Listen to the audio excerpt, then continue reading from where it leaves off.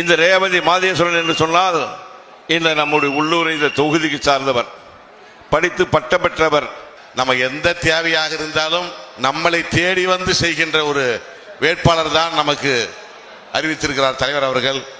2026 சட்டமன்ற தேர்தலில் திராவிட முன்னேற்ற கழகத்தின் ஏற்காடு சட்டமன்ற வேட்பாளராக என்னை போட்டியிட வழங்கிய மாண்புமிகு முதல்வர் கழக தலைவர் அவர்களுக்கும், மாண்புமிகு தமிழக துணை முதல்வர் இளம் தலைவர் அவர்களுக்கும், மண்டல பொறுப்பாளர் மாண்புமிகு நெடுஞ்சாலைத்துறை அமைச்சர் அவர்களுக்கும், மாண்புமிகு சுற்றுலாத்துறை அமைச்சர் ராஜேந்திரன் அவர்களுக்கும், மரியாதைக்குரிய மாநில அவை உறுப்பினர் சேலம் கிழக்கு மாவட்ட செயலாளர் அவர்களுக்கும் மனமார்ந்த நன்றியை தெரிவித்துக் கொள்கிறேன்.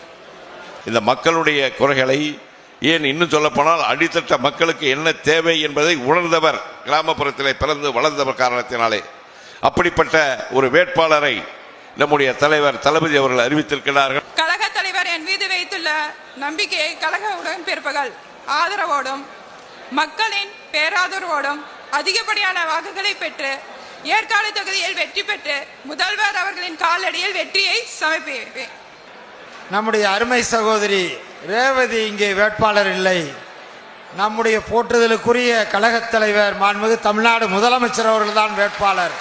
40,000 வாக்குகள் வித்தியாசத்திலே நம்முடைய சகோதரி ரேவதி மாதேஸ்வரன் அவர்களை வெற்றி பெற செய்யுங்கள்.